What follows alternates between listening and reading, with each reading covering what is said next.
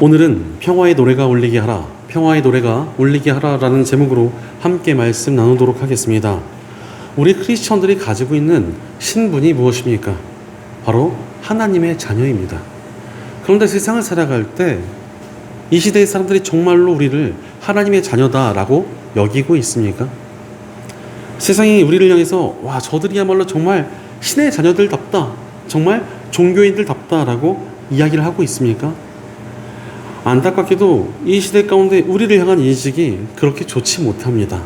세상은 우리를 향해서 하나님의 자녀답지 못하다라며 비판을 하고 있습니다. 각종 미디어에서 툭하면 기독교를 비판적으로 다룹니다. 인터넷 공간에서도 기독교와 교회를 향해서 삿대질하는 사람들이 적지 않습니다. 심지어는 일상 속에서도 대놓고 교회와 기독교가 싫다면서 짜증을 내는 사람들을 만날 때도 있습니다.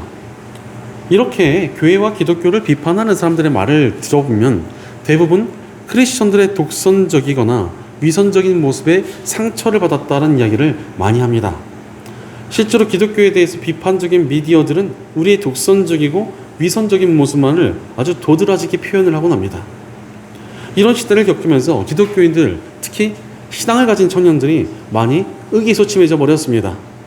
우리를 향한 수많은 비판을 감당하며 살아간다는 것이 쉽지 않기 때문입니다. 그래서 신앙을 가지고 있다는 것 자체를 밝히는 것, 그것을 굉장히 부담스럽게 느끼기도 합니다. 왠지 사람들이 나를 독선적이고 위선적인 사람으로 보면 어쩌나, 그렇게 색안경을 끼고 나를 대하면 어떻게 하나 두려워하는 것입니다. 그래서 직장을 가거나 새로운 관계를 맺을 때 기독교인이라는 것을 숨기는 사람들도 굉장히 많습니다. 그러면서도 또 한편으로는 내가 이렇게 신앙을 숨기는 것 자체가 좀 하나님께 죄송스러운 마음도 듭니다. 또 그러면서도 신앙을 밝힘으로써 받게 되는 부정적인 시선이나 책임감은 회피하고 싶어지는 것입니다. 실제로 당당하게 신앙을 밝히고 살아가는 굉장히 성실하고 굉장히 착한 청년이 하나 있었습니다. 이 청년이 직장에 들어가게 되었는데 이곳에는 크리스천이 단 한 명도 없어가지고 저희가 굉장히 놀랬다라는 이야기를 했습니다. 그런데 시간이 지나고 이 청년이 워낙 괜찮은 청년이어서 좋은 평가를 받고 또 관계도 잘 맺어가지고 와, 저런 사람이라면 정말 교회 다니는 사람 괜찮다라는 그런 인식을 주었습니다. 사람들이 그를 칭찬하니까 몇몇 사람이 와가지고 슬쩍 고백을 해왔다는 것입니다. 자기들도 사실은 크리스천들이지만 좋은 모습을 보일 자신도 없고 그렇게 살기도 쉽지 않아서 숨기고 있다는 것이었습니다. 그런데 이렇게 자신의 신앙을 숨기면 어떻게 됩니까? 잠깐 편할 수는 있습니다. 하지만 점점 더 하나님의 자녀다운 삶을 살아가는 것이 어려워집니다. 책임을 지기 싫어하니까 거룩한 삶을 잘 안 살게 됩니다. 책임질 필요가 없는데 뭐하러 그렇게 거룩한 삶을 살아야 됩니까? 전도하기는 더 어려워집니다. 크리스천인 거 숨기고 있는데 어떻게 전도합니까? 그러니 믿음의 능력이 무엇인지, 성도에게 주어진 사명을 이루어가는 기쁨이 무엇인지도 모르고 살아가게 됩니다. 더 큰 비극이 있습니다. 이렇게 믿음을 숨기는 크리스천들이 많아지면 우리 기독교는 점점 더 위기에 내몰릴 수밖에 없습니다. 사실 세상에서 이 비판하고 있는 독선적이고 위선적인 크리스천들은 이미 튀어도 너무 튑니다. 물론 그런 분들도 정말 귀한 분들이 많지만 그런 분들이 이상하게도 신앙을 굉장히 티내고 목소리도 작지 않습니다. 얼마나 목소리가 큰지 몰라요. 그러면서도 굉장히 공격적이고 호전적인 태도를 가지고 있는 경우가 꽤 많습니다. 그러니 기독교인들은 다 저런 전투적인 사람들인가 하는 오해를 사게 되는 것입니다. 게다가 그런 분들의 공격적인 태도에 상처받은 사람들이 크리스천들에 대한 오해를 확산하고 있습니다. 그러니 크리스천들에 대한 오해가 이 시대에 정말로 가득해진 것이지 않습니까? 이런 위기 가운데 진중하고 신실한 크리스천들이 필요합니다. 정말 부드럽고 온유한 모습으로 믿음을 증명할 크리스천들이 너무나 필요하다는 것입니다. 세상 가운데 진정으로 빛과 소금의 역할을 감당하며 하나님의 자녀가 어떠한 사람이고 얼마나 세상과 다른 가치 있는 삶을 살아가는 존재인지를 보여주는 사람이 필요하다는 것입니다. 그래야 세상이 우리 믿음을 향해서 좀 오해와 경계심을 내려놓지 않겠습니까? 그렇다면 하나님의 자녀다운 삶을 살기 위해서는 어떻게 해야 됩니까?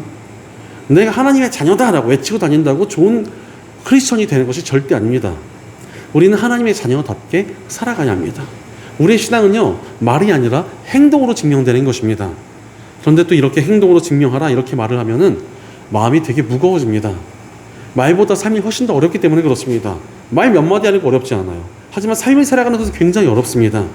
그러니 애초에 기가 질려버리고 차라리 나는 신앙을 숨기고 살랜다 이렇게 생각을 해버리는 것입니다.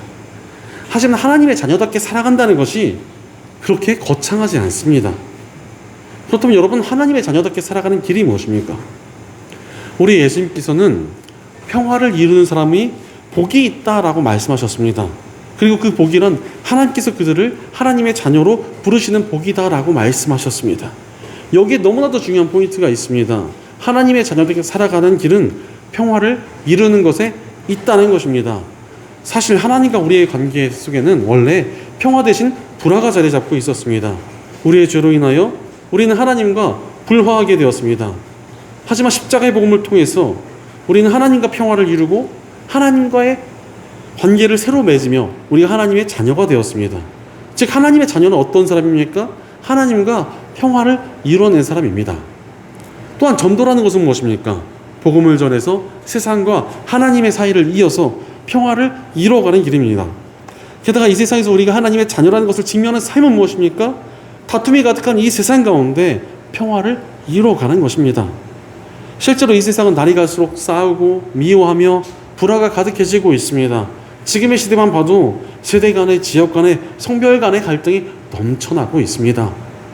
왜 이렇게 다툼과 미움이 가득하게 되었습니까? 죄 때문에 그렇습니다.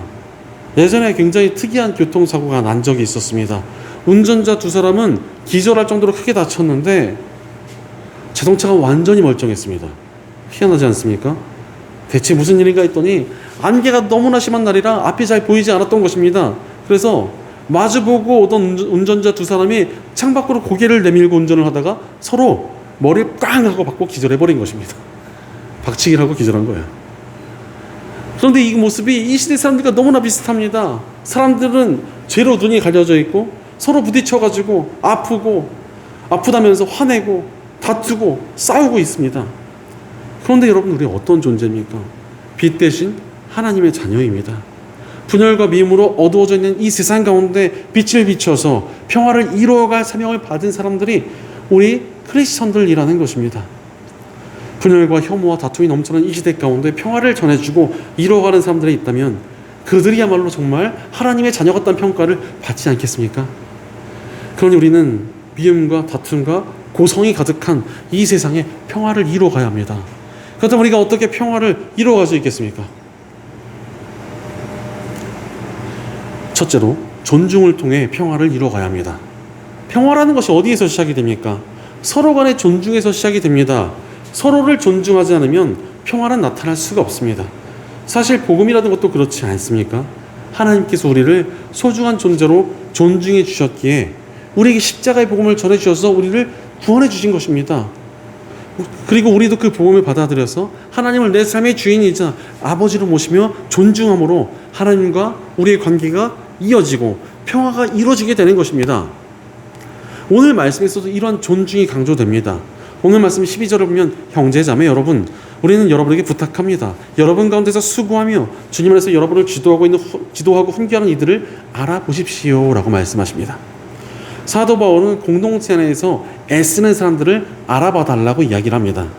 어떠한 공동체도 그 공동체를 유지하기 위해서 애쓰는 사람들이 없이는 유지될 수가 없습니다. 그래서 바울은 교회 안에서 사역을 감당하는 이들을 알아달라 이렇게 이야기한 것입니다. 그래야만 공동체가 제대로 유지될 수 있기 때문에 그렇습니다. 바로 열심히 일하는 이들을 인정해주고 격려해주며 잘 대해주는 것이 필요합니다. 예를 들어서 교회에서 각종 봉사를 하시는 분들이 있지 않습니까? 그런데 그분들끼리 서로 맡은 일을 존중하지 않으면 교회가 그야말로 지옥처럼 변합니다. 예를 들어 찬양단이랑 그냥 노래 부르고 노는 거 아니냐, 설교 꼴랑 30분 하는 게 뭐가 힘드냐, 이런 식으로 비아냥거리시는 분들이 계십니다. 또 반대로는 영적 사역만 의미가 있고 그냥 몸으로 때우는 식사봉사, 주차봉사, 주보 만들고 설교 올리고 하는 거는 별 중요한 일도 아니다 이렇게 말하는 사람들도 있습니다. 이런 식으로 교회 분위기가 흘러가면은 항상 다툼과 싸움이 일어날 수밖에 없습니다. 서로 기분이 잡치는데 어떻게 공동체가 바로 설 수 있겠습니까? 그러니 우리는 서로를 존중해야 합니다. 교회 공동체 안에서만이 아닙니다. 어디에서든지 사람을 존중하면 평화가 시작됩니다. 다른 사람들이 하는 일을 인정해주고 그 사람의 인격과 삶을 존중해주면 그런 인정과 존중을 받은 사람들의 마음에 기쁨과 평화가 싹트게 됩니다. 우리 크리스천들이 해야 될 역할이 이것입니다. 우리는 다른 이들을 존중하며 평화를 이뤄가야 합니다. 게다가 우리는 그 누구보다도 다른 사람들을 존중할 수 있는 사람들입니다. 왜냐하면 우리는 사람이 하나님의 형상으로 만들어진 존재라는 것을 알고 있기 때문에 그렇습니다. 그 사람 자체의 가치가 아니라 그 사람 안에 있는 하나님의 형상을 보기 때문에 우리는 그 누구도 존중할 수 있는 힘과 지혜가 있습니다. 그러니 우리는 모든 이들을 존중할 수 있고 평화를 확산할 수 있는 사람들입니다. 따라서 다른 이들을 하나님의 형상으로 존중하며 평화를 이루어가야 합니다. 그럼에도 불구하고 우리는 다른 이들을 존중하지 못하고 무시할 때가 굉장히 많습니다. 왜 그렇습니까? 다른 이들의 존재나 그들이 하는 일을 무가치하게 여기기 때문에 그렇습니다. 별로 무가치해 보이는 존재를 굳이 존중해야 되나 싶습니다. 안 그러고 싶어도 나도 모르게 마음속에서 솟아나는 무시하는 마음들이 조금씩 있습니다. 게다가 또 이 시대 자체가 얼마나 사람들끼리 서로 비교하고 무시하는지 모릅니다. 네 연봉이 얼마냐? 네가 하는 직업이 어떤 직업이냐? 이러면서 서로 줄을 세우고 서로 가치를 무시하고 네가 잘났네, 너는 못났네, 너는 이것밖에 안 되네, 이런 문화가 너무나 가득합니다. 이런 시대를 살아가다 보니까 사람들은 서로를 비교하고 무시하고 존중하지 못하는 것입니다. 그러나 다른 이들의 가치를 함부로 판단하고 무시하는 것은 지독한 교만이며 회개해야 할 죄입니다. 심지어 내가 무시하는 다른 이에게 내가 모르는 가치가 숨겨져 있을 수 있습니다. 예전에 한 일본 회사에서 그 회사의 인터넷 서버를 관리하는 팀을 모조리 해고하기로 결정했습니다. 몇 년간 기록을 보니까 서버에 아무런 문제가 생긴 적이 없었다는 것입니다. 그러니 굳이 서버 관리팀은 필요가 없다면서 그들을 모조리 해고해버렸습니다. 그러자 몇 주 뒤에 회사의 서버가 완전히 다 망가져 버려서 어마어마한 위기에 처하게 되었다는 것입니다. 바로 다른 이들을 함부로 재단할 수 없습니다. 그 사람이 어떤 가치가 숨겨져 있는지 우리는 다 알 수 없습니다. 우리는 다른 이들을 존중해야만 합니다. 아프리카의 한 부족에는 우분투라는 말이 있다고 합니다. 바로 네가 있어 내가 있다는 말입니다. 제가 정말 여러분에게 하고 싶은 말입니다. 우분투, 여러분 있어 제가 있습니다. 여러분이 있기 때문에 제가 이렇게 또 설교도 하고 사역도 할 수 있고 여러 가지를 또 꿈꿔볼 수 있는 것 아니겠습니까? 이 우분투란 말이 참 중요합니다. 상대방의 존재를 존중하는 말이기 때문에 그렇습니다. 우리 크리스천들이 늘 가슴에 새겨야 될 가치입니다. 그래서 사도 바울도 오늘 본문 13절에서 그들이 하는 일을 생각해서 사랑으로 그들을 극진히 존경하십시오. 여러분은 서로 화목하게 지내십시오 라고 말합니다. 바로 존중이 필요하다는 것입니다. 교회 안에 분열이 나고 화목이 깨지는 이유가 무엇입니까? 서로의 가치를 무시하니까 분열이 나는 것입니다. 그러나 존중에는 사람과 사람 사이를 이어주는 힘이 있습니다. 네가 있어 내가 있다라는 정신으로 존중하면 공동체가 얼마나 평안하고 풍성해지겠습니까? 그러니 바로 존중이 평화를 만드는 것입니다. 바로 우리는 존중을 통해 평화를 이루어가야 합니다. 그렇다면 우리가 어떻게 다른 이들을 존중할 수 있겠습니까? 복음 안에서 가능합니다. 십자가의 복음은 우리를 죄에서 구원케 하셨습니다. 복음은 우리를 그저 죄에서만 구원해 주신 것이 아니라 우리를 예수님의 몸으로 삼아 주셨습니다. 예수님 믿고 죄를 씻은 우리는 예수님의 몸된 교회에 소속이 됩니다. 이제 우리가 예수님과 한 몸, 또 서로와 한 몸이라는 것입니다. 그런데 여러분, 몸에서 필요 없는 부분이 있습니까? 없습니다. 제가 예전에 발가락이 하나 부러졌는데 작은 발가락 하나 부러졌다고 걷지도 못했습니다. 뼈가 붓고도 한 2년 동안은 발가락 관절이 움직이질 않았습니다. 근데 그 관절 하나 때문에 걷다가도 막 픽픽 쓰러지고 그랬습니다. 작은 발가락 하나도 쓸모가 있는 게 사람의 몸입니다. 그런데 여러분, 사람은 어떤 존재입니까? 믿는 사람은 이미 예수님의 몸에 함께 속해있는 존귀한 존재입니다. 믿지 않는 사람들도 얼마든지 믿음을 얻어서 예수님의 몸에 소속될 수 있는 가능성을 가진 너무나 귀중한 존재입니다. 그러니 우리 크리스천들 관점에서 가치 없는 사람은 있을 수 없습니다. 크리스천들이 가치가 없다라고 말하는 것은 하나님의 형상이라는 것을 믿지 않는 사람입니다. 그러니 우리는 모두를 존중해야 합니다. 그것이 우리가 평화를 이루고 놀라운 변화와 하나님의 능력을 나타내는 일입니다. 우리가 존중할 때 얼마나 놀라운 역사가 일어날지 우리는 알 수 없습니다. 미국에 스티블랜드 모리스라는 한 아이가 있었습니다. 이 아이는 안타깝게도 태어날 때부터 시력을 잃게 되었습니다. 게다가 가정 형편마저도 좋지 않았기 때문에 학교에서 괴롭힘을 당하기도 했습니다. 그러던 어느 날 학교에 쥐가 나타났다가 숨어버렸습니다. 교실이 그야말로 발칵 뒤집혔는데 아무리 찾아도 쥐가 나오지 않는 것이었습니다. 그런데 놀랍게도 눈이 보이지 않던 모리스가 선생님 말해보려고 했더니 저 휴지통 뒤에 쥐 소리가 들리는 것 같아요 라고 말했습니다. 그래서 학생들이 너 말도 안 되는 소리 하지 마. 너 눈도 보이지 않으면서 네가 어떻게 알아? 이렇게 이야기했는데 정말 쓰레기통 뒤에 쥐가 숨어 있었던 것입니다. 바로 그 소리를 들었기 때문에 그 쥐를 발견한 것입니다. 그 일이 있은 후 반의 선생님이 모리스를 불러서 말했습니다. 너에게는 다른 아이들에게는 없는 엄청난 능력이 있어. 너는 정말 특별한 청력을 가지고 있구나. 이 청력을 가지고 어떤 일을 한다면 너는 정말 엄청난 일을 해낼 수 있을 것이다. 이렇게 말을 해줬습니다. 이 말에 그는 용기를 얻었고 이 놀라운 청력을 이용해서 무슨 일을 할까 하다가 음악을 만들기 시작했습니다. 그리고 그는 세계 최고의 R&B 가수라 불리우는 스티비 원더라는 뮤지션이 되었습니다. 선생님의 존중하는 말 한마디가 사람의 인생을 바꾸고 전 세계 음악계를 바꾸어 놓았습니다. 여러분, 우리의 삶은 어떻습니까? 우리가 다른 이들을 존중하고 있습니까? 우리의 존중이 사람을 변화시키고 세상에 영향력을 나타냅니다. 나의 존중하는 말 한마디가 엄청난 능력을 나타낼 수 없을 거라고 우리는 생각하지만 그것 때문에 회복되는 사람이 나타나며 크리스천들의 오해가 풀리게 되며 세상의 평화가 이루어져 가게 되는 것입니다. 실제로 우리가 힘들고 좌절하며 이 거친 세상에서 지쳤을 때 우리를 일으킨 것이 무엇이었습니까? 나를 존중해주는 한마디 말이 아니었습니까? 너는 정말 소중한 존재다. 네가 있어. 내가 있다. 너희 덕분에 내가 너무 행복하다. 넌 잘 될 거야 라는 그 한마디의 격려의 말이 우리를 세우지 않았습니까? 바로 우리가 그 말을 전해주는 사람이 되어야 합니다. 바로 우리는 존중을 통해서 평화를 이루어가야 합니다. 다른 이들을 존중하는 겸손한 태도로 이 거칠고 험한 세상에 평화의 노래를 울려 퍼지게 만드는 저와 여러분 되시기를 간절히 축원합니다. 둘째로, 돌봄을 통해 평화를 이루어가야 합니다. 평화를 잘 이루어가는 사람은 어떤 사람입니까? 다른 이들을 잘 대하고 돌봐주는 사람입니다. 서로를 잘 돌보지 못할 때 평화가 깨지지 않습니까? 역사를 봐도 그렇습니다. 여러분, 원래 이스라엘은 하나의 국가였습니다. 그런데 성경을 보다 보면은 북이스라엘, 남유다 이런 말이 계속 나옵니다. 근데 좀 성경에 대한 지식이 없는 분들은 뭐지? 이렇게 생각을 하시지만 사실 이게 두 나라가 갈라졌습니다. 언제 갈라졌냐면은 이 솔로몬 왕 다음 아들 때 갈라졌습니다.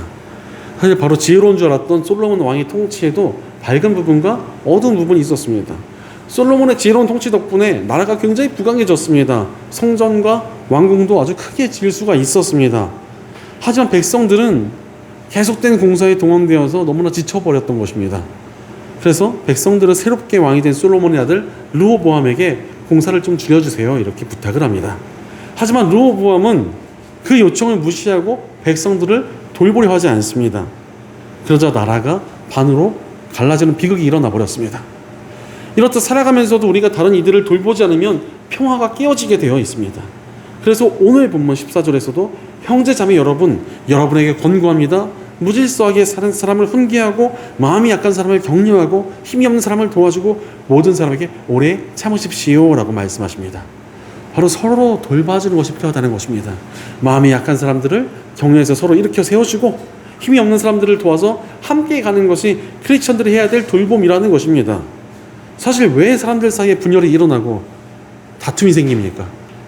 굳이 따지자면은 서로 나를 더 챙겨주세요 이러면서 아우성을 치다 싸우게 되는 것입니다. 내가 더 챙김받아야 된다. 아니다. 나에게 더 돌봄이 필요하다. 이러고 싸우고 있는 것입니다. 생각보다 많은 다툼들의 속내를 보면은 나를 좀 더 돌봐달라고 말할 때가 대부분입니다. 그런데 그때 자신을 내어주며 돌보는 사람이 있다면 평화가 임하지 않겠습니까? 그런데 오늘 말씀 보면 흥미로운 부분이 하나 있습니다. 서로 돌보라는 말 이전에 무질서하게 사는 사람을 훈계하라는 말이 나옵니다. 여기서 무질서한 사람이라는 말은 원어로 군대의 대열을 흩어놓는다라는 말이 쓰였습니다. 그런데 훈계하라는 것과 돌봄 좀 거리가 있어 보이지 않습니까? 하지만 질서와 화목을 깨뜨린 사람을 바로 잡아주는 것은 최고의 돌봄이라고 할 수가 있습니다. 분열과 다툼을 일으키는 것은 정말 큰 죄이고 스스로를 망치는 길이기 때문에 그렇습니다. 실제로 군대에서 대열을 흐트러 놓는 한 사람 때문에 그 군대 전체가 전멸당할 수 있습니다. 그러니 질서를 깨뜨리는 병사는 인류의 역사에서 항상 강력한 징계를 받아왔습니다. 그러므로 질서를 깨는 이들을 돌이키게 만드는 것이 그 사람을 진정으로 돌보는 길입니다. 우리의 삶도 마찬가지입니다. 분열을 일으키는 것은 굉장히 위험한 행동이고 내 스스로를 징계와 심판으로 끌고 오는 행동이라는 것입니다. 그러니 우리는 평화를 이루어가야 합니다. 또 게다가 바울은 돌보는 일에 있어서 가장 중요한 포인트를 말합니다. 바로 오래 참으라는 것입니다. 오래 참는 것에 얼마나 힘이 있는지 모릅니다. 사역자들끼리 만나면 꼭 들려오는 간증이 있습니다. 정말 변화될 것 같지 않고 너무나 힘들게 하는 성도가 있었다는 것입니다. 너무나 힘들고 고생했다는 이야기를 꼭 합니다. 하지만 정말 오래 참으면서 돌봤더니 어느새 변화가 일어났다는 간증을 다들 합니다.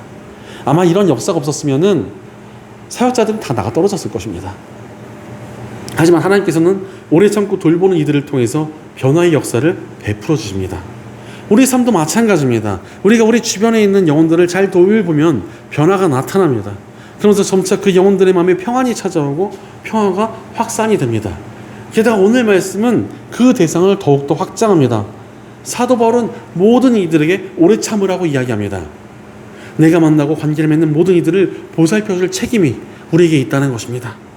하나님께서 우리에게 그 영혼들을 맡겨주신 것이기 때문입니다. 우리가 만나는 영혼들 그냥 만나는 영혼 아무도 없습니다. 하나님께서 맡겨주시고 만나게 해주셔서 만난 것입니다. 그런데 우리는 사람들을 돌보며 화목을 이루고 평화를 이루어 가야 합니다. 그렇게 우리가 영혼을 돌봄으로써 평화를 이루고자 할 때 놀라운 역사는 시작될 것입니다. 내가 만나는 모든 영혼들에게 선하게 대하며 보살필 때 무슨 일이 일어나겠습니까? 나의 선한 말들, 행동들, 또 정말 별거 아닌 작은 챙김들이 사람의 마음을 울립니다. 사람 안에 있는 이 굳어있는 마음들이 거대한 바위 같은 감동으로 깨질 수 있습니다. 하지만 낙숫물이 바위를 뚫는 것 같이 삶에서의 작은 돌봄이 사람의 굳어있는 마음을 무너뜨릴 때가 굉장히 많습니다. 바로 오래 참으며 돌보면 어떠한 굳어있는 마음도 변화되고 평화의 노래가 울려 퍼지는 날이 올 수 있다는 것입니다. 그러니 우리는 영혼들을 돌보며 평화를 이루어 가야 합니다. 그럼에도 불구하고 우리는 사람들을 돌보는 것이 쉽지 않다라고 느낄 때가 굉장히 많습니다. 왜 그렇습니까? 사실 세상에는 나의 돌봄을 선하게 받아들여주는 사람들만 있는 것이 아니기 때문에 그렇습니다.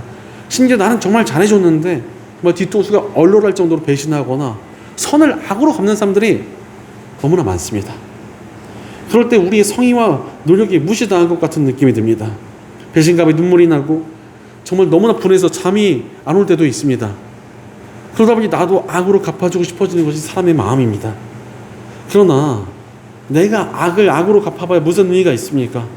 예를 들어서 나를 배신한 사람에게 복수하면 마음이 편해질 것이라 여기는 사람들이 굉장히 많습니다. 실제로 가벼운 영화나 드라마 보면은 복수라는 것을 엄청 통쾌한 것으로 묘사를 하곤 합니다. 하지만 굉장히 진지한 고찰을 가진 작품들 보면 어떻습니까? 복수를 했다고 갚아줬다고 엄청 통쾌해하는 것이 아니라 오히려 씁쓸한 뒤끝을 느끼는 모습을 묘사하는 경우가 굉장히 많습니다. 실제로도 그렇습니다. 특히 우리 크리스천들에게는 양심과 성령의 감동이 있으니까 더욱 그렇습니다. 내가 누군가에게 통쾌하게 복수를 하고 갚아준 줄 알았는데 내 안에 계신 성령님께서 그것은 악한 짓이라며 회개하라고 감동을 주셔서 죄책감에 몸부림칠 때가 있습니다.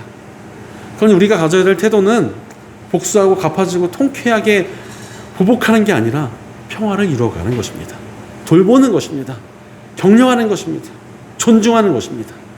오늘 본문 15절을 보면 아무도 악으로 악을 갚지 말고 도리어 서로에게 모든 사람에게 항상 좋은 일을 하려고 애쓰십시오라고 말씀하십니다.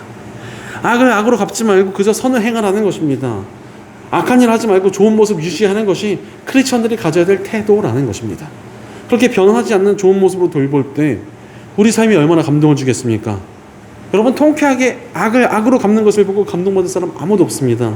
오히려 뒤에 가서 그 사람을 욕이나 할 것입니다. 하지만 변치 않는 모습으로 사람들을 잘 돌보고 선하게 대하는 것을 보면서 사람들은 감동을 받습니다. 그 사람을 보면서 와, 정말 저게 하나님의 자녀다라고 감탄할 것입니다. 하나님 변치 않고 돌보는 이들을 통해서 평화의 역사가 나타나게 되는 것입니다. 그렇다면 이렇게 변치 않고 돌보는 삶이 어떻게 가능합니까? 복음 안에서 가능합니다. 복음이 무엇입니까?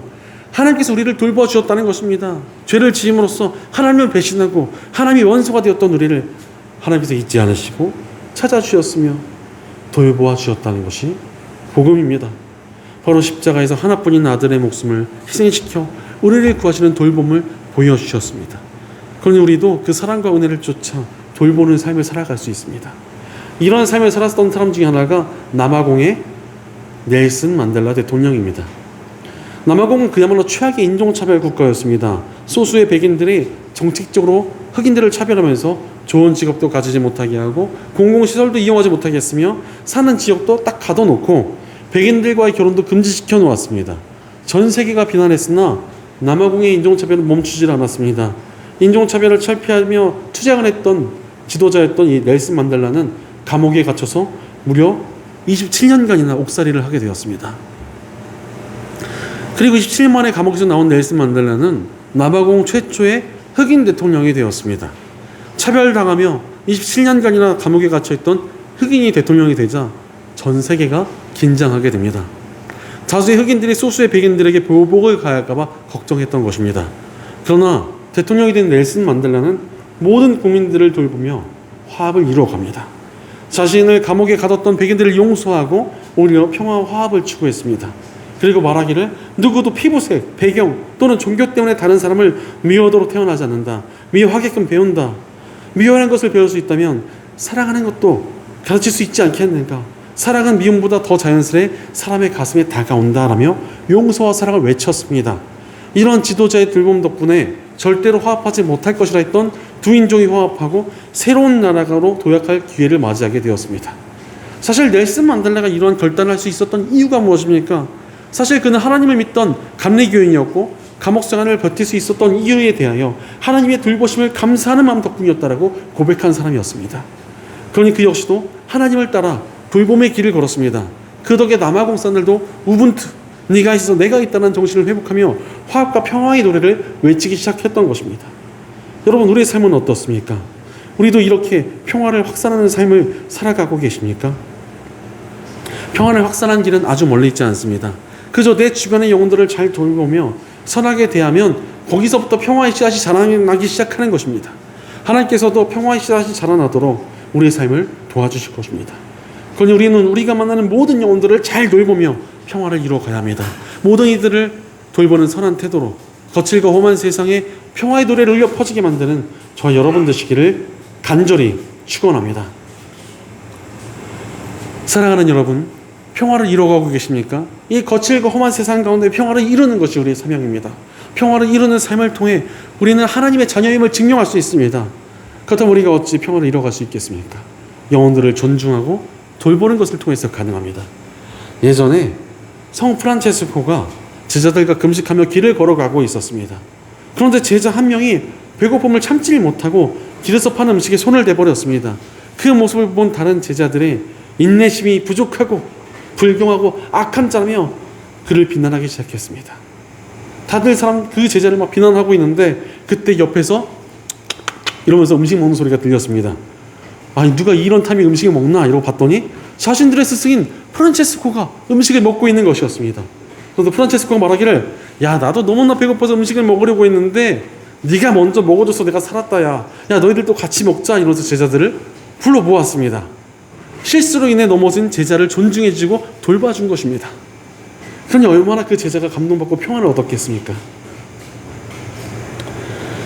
게다가 비난과 분노에 사로잡혀 있던 다른 제자들 역시도 평화를 얻지 않았습니까? 존중과 돌봄은 반드시 평화를 가져다 줍니다. 그러니 우리는 존중과 돌봄으로 평화를 이뤄가야 합니다. 그때 우리를 통하여 세상에 평화가 임하게 될 것입니다. 우리가 진정한 하나님의 자녀들의 인정을 세상에서도 하나님께도 받게 될 것입니다. 무엇보다도 우리의 마음이 하나님께서 주시는 참된 평화가 임하게 될 것입니다. 그러니 우리는 평화를 이루어가야 합니다. 바로 분열과 갈등이 넘쳐나는 지금 평화를 이루어갈 하나님의 자녀들이 이 세상이 너무도 절실합니다. 이 세상이 넘치는 분열과 갈등을 가라앉힐 사람이 누구입니까? 평화를 품은 저와 여러분입니다. 세상이 하나님과 화해하여 평화를 이루도록 인도할 사람이 누구입니까?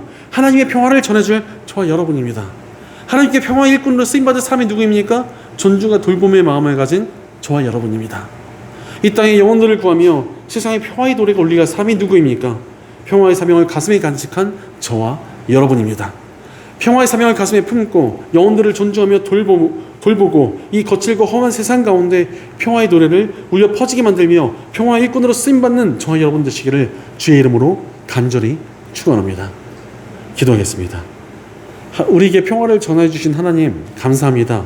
하나님께서 우리를 통해 이 땅의 평화를 이뤄가고자 하시는데도 우리가 위선적이며 독선적인 태도로 평화를 해치는 삶을 살진 않았는지 우리의 삶을 돌이켜봅니다. 그러나 이제 우리가 평화를 추구하며 살아가기로 결단합니다. 우리의 삶을 통해 평화를 이뤄가도록 영혼들을 존중하고 돌보는 삶을 살게 하옵소서. 영혼들에게 선하게 대하며 평화를 이루는 일에 우리를 사용하여 주시옵소서. 우리를 통해 이 땅에 놀라운 평화가 임하게 하여 주시옵소서. 우리의 공동체 가운데도 함께해 주셔서 우리가 서로를 존중하고 돌보며 평화를 이루고 또한 그 평화를 세상에 확장하는 일에 쓰임받게 도와주시옵소서. 늘 우리 함께 하시며 평화를 주시는 우리 주 예수 그리스도의 이름으로 기도드립니다. 아멘.